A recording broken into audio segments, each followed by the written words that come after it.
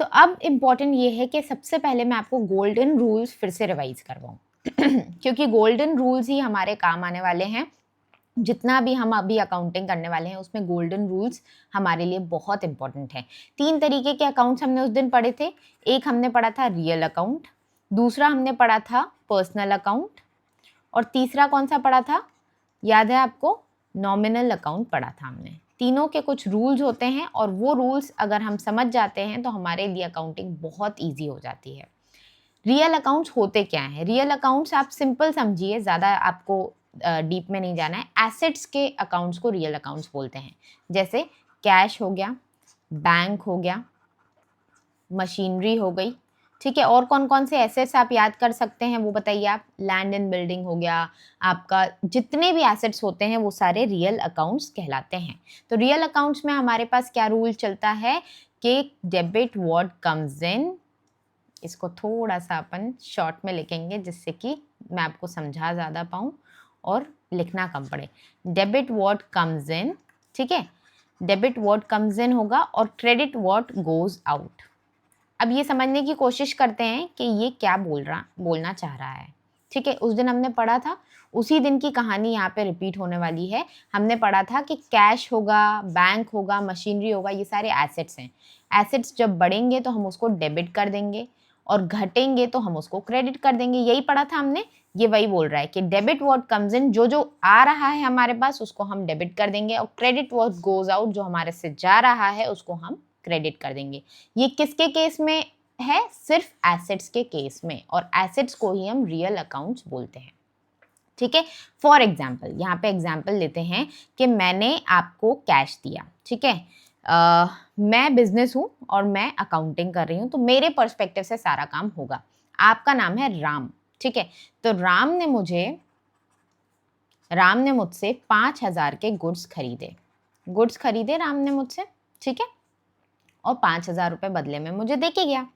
अब इसमें क्या होगा? 5,000 रुपये कैश आया मेरे पास, डेबिट व्हाट कम्स इन, तो कैश को मैं कर दूंगी डेबिट, कैश को कर दिया मैंने डेबिट, ठीक है। क्रेडिट व्हाट गोज आउट, क्या गया मेरे हाथ से? स्टॉक चला गया मेरा 5,000 रुपये का, क्रेडिट व्हाट गोज आउट। समझ में आया? क्लियर हुआ कैसे क्या चीजें हुई? समझ में आई ना? एक और एग्जाम्पल लेते हैं, चलो। फॉर एग्जाम्पल, मैंने एक लैंड परचेज किया मैंने लगभग 10 लाख रुपए का, ठीक है। परचेज किया लैंड। अब लैंड परचेज करेंगे हम लोग, 10 लाख रुपए पेमेंट कर रहे हैं, कैश में कर रहे हैं, मान लो कैश में कर रहे हैं पेमेंट, वैसे तो करते नहीं है लेकिन मान लेते हैं। तो कैश में पेमेंट करेंगे तो debit what comes in, land comes in, land आया हमारे पास तो लैंड को हमने डेबिट कर दिया। और credit what goes out, cash गया हमारे हाथ से, क्रेडिट व्हाट गोज आउट। समझ में आ गया? तो एसेट्स का बिल्कुल सिंपल सा rule, debit what comes in, credit what goes out, ये आपको समझ में आ गया होगा। आगे बढ़े क्या? पर्सनल अकाउंट्स की तरफ बढ़ जाएं क्या? पर्सनल अकाउंट्स को कवर करते हैं। पर्सनल अकाउंट्स में जो आपका रूल चलता है, पर्सनल अकाउंट सबसे पहले तो होते क्या है? पर्सनल अकाउंट मतलब पर्सन्स के नाम के अकाउंट। तो राम हो गया, मेरे जितने भी सेलर्स हो गए, बायर्स हो गए, वो सारे अकाउंट्स मेरे कस्टमर्स के नाम पे हो जाएंगे। जैसे मैंने ABC कंपनी लिमिटेड से कुछ परचेजिंग की है तो वो भी मेरा पर्सनल अकाउंट में काउंट हो जाएगा। और जितने भी मेरे कस्टमर्स हैं, डेटर्स हैं, क्रेडिटर्स हैं, नाम से मेरे जितने भी कस्टमर्स होंगे, पर्सन्स के नाम से जितने कस्टमर होंगे, या आर्टिफिशियल पर्सन हम कंपनी को बोलते हैं इसीलिए कंपनी का भी नाम आ गया, तो वो सब हो जाएंगे पर्सनल अकाउंट्स। अब पर्सनल अकाउंट्स में मेरा सिंपल सा रूल क्या चलता है? सिंपल सा रूल मेरा ये चलता है, debit the giver, debit the receiver and credit the giver, credit the giver. जिसको मैं पैसा दे रही हूँ, जो मुझसे रिसीव कर रहा है उसको मैं डेबिट कर दूंगी, जो मुझे गिव कर रहा है उसको मैं क्रेडिट कर दूंगी। समझ में आई क्या चीज? बहुत क्लियर है। मैंने क्या किया, फॉर एग्जाम्पल यहाँ पे मैंने किया कि मेरा Ram purchased goods worth ₹10,000 on credit. मुझसे क्रेडिट पे गुड्स लेके गया राम। तो वो कौन हुआ मेरे लिए? रिसीवर हुआ ना, मुझसे गुड्स लेके गया, he received goods from me, तो debit the receiver, Ram account को हम डेबिट कर देंगे। अब यहाँ पे क्रेडिट किसको करेंगे वो बता दो। मेरे पास से और क्या गया, गुड्स गए, तो यहाँ पे हम क्रेडिट कर देंगे टू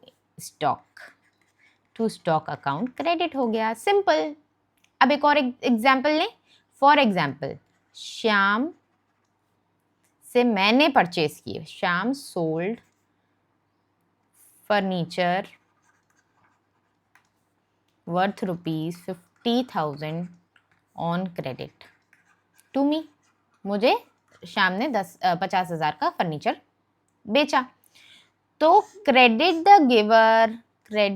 गिवर, यहाँ पे मैं क्रेडिट कर दूंगी श्याम को अकाउंट को, और मेरे पास क्या आया, फर्नीचर आ गया, फर्नीचर को मैं डेबिट कर दूंगी, सिंपल। समझ में आ गया। ये जर्नल एंट्रीज होती हैं, यही जर्नल एंट्रीज होती हैं जिसे हम लेजर में डालते हैं। अब जर्नल एंट्रीज को लेजर में कैसे डालते हैं, उसका एक बिल्कुल मतलब जो आपका न्यूमेरिकल बनता है ना, पूरा न्यूमेरिकल हम बनाएंगे एक बार हमारा ट्रायल बैलेंस कंप्लीट हो जाए और फाइनल अकाउंट्स कंप्लीट हो जाए, मतलब P&L, ट्रेडिंग अकाउंट और अपना बैलेंस शीट कंप्लीट हो जाए। उसके बाद एक एग्जाम्पल हम लेंगे जिससे हम जर्नल एंट्रीज बनाएंगे, उसके बाद लेजर बनाएंगे, ट्रायल बैलेंस बनाएंगे, रेक्टिफाई करेंगे एंट्रीज जो भी गड़बड़ हुई है, फिर बैलेंस शीट बनाएंगे, P&L पहले बनाएंगे, ट्रेडिंग पहले बनाएंगे और फिर बैलेंस शीट बनाएंगे। ठीक है, उससे आपको सब क्लैरिटी मिल जाएगी। बीच बीच में जितनी क्लैरिटी चाहिए मैं आपको देती जा रही हूँ। बाकी आप डिस्कशन वाला एक फोरम है, उसमें आप डाल सकते हैं अपना डाउट, कुछ भी आपको डाउट आता है तो। समझ में आ गई ना, चीजें क्लियर है? ठीक है, अब आगे बढ़ते हैं नॉमिनल अकाउंट पे। नॉमिनल अकाउंट क्या होता है? नॉमिनल अकाउंट्स वो सारे अकाउंट्स होते हैं जैसे कि सैलरी हो गया, सैलरी अकाउंट हो गया, इंटरेस्ट अकाउंट हो गया, ठीक है, एक्सपेंसेस अकाउंट हो गए, लॉसेस अकाउंट हो गए, इनकम अकाउंट हो गए, ये सब हमारे नॉमिनल अकाउंट्स होते हैं। अब नॉमिनल अकाउंट्स में debit all expenses and losses, सारे एक्सपेंसेस और लॉसेस को हम डेबिट कर देंगे। Credit all incomes and gains, जितनी भी इनकम्स एंड गेन्स आएंगे हम उसको क्रेडिट कर देंगे। ठीक है, समझ में आया? अब इसको कैसे करना है? फॉर एग्जाम्पल, मैंने अपने एक एम्प्लॉय को सैलरी दी 5,000 रुपीज़, 5,000 रुपीज़ दिया मैंने, तो सैलरी मेरे हाथ से गई है, तो मेरा एक्सपेंस हुआ है। सबसे पहले तो नेचर समझिए, नेचर अगर आपको क्लियर है ना, आप बहुत ईजिली अकाउंट्स की अकाउंटिंग सीख जाएंगे, बहुत ईजिली आप अकाउंटिंग एंट्रीज पास कर लेंगे। तो सैलरी मेरे हाथ से गई, एक्सपेंस हो गया, तो सैलरी अकाउंट को मैं डेबिट कर दूंगी। क्या? सैलरी अकाउंट को मैं डेबिट कर दूंगी। 5,000 रुपए कैश गया मेरे हाथ से, क्रेडिट ऑल, क्या करना था? Credit what goes out. अरे ये भैया गलती, ये गलत लिख दिया मैंने, यहाँ पे गोज आउट लिखना था, सॉरी। ठीक है, क्रेडिट व्हाट गोज आउट, तो यहाँ पे मैंने गोज आउट कर दिया, कैश गोज आउट, कैश भैया मेरे हाथ से निकल गया, तो मैंने यहाँ पे सैलरी दे दी 5,000 रुपए। समझ में आ गया? ये क्लियर हो गया क्या? एक और एग्जाम्पल ले लें क्या? एक और एग्जाम्पल लेते हैं लास्ट, उसके बाद आगे बढ़ेंगे, उसके बाद हमें अपना चैप्टर पे बढ़ना है। इनकम एंड गेन्स वाला एक एग्जाम्पल लेते हैं। Bank interest received on deposits worth 5,120 rupees. ठीक है, इतना मुझे बैंक इंटरेस्ट रिसीव हुआ। अच्छा खासा डिपॉजिट रहा होगा मेरा भाई, रहा होगा ठीक है, तो रिसीव हुआ है, बैंक इंटरेस्ट रिसीव हुआ है। अब ये मेरी इनकम है, इनकम को मैं क्या कर दूंगी?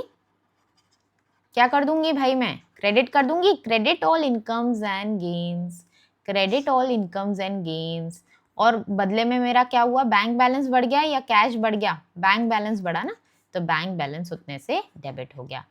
Debit all, debit what comes in, debit what comes in, asset है बैंक, बैंक मेरा एसेट है, तो it will be debited bye 5,120 rupees. कितना ईजी था, कितना ईजी था। गोल्डन रूल्स आपको गोल्डन तरीके से समझा दिए मैंने।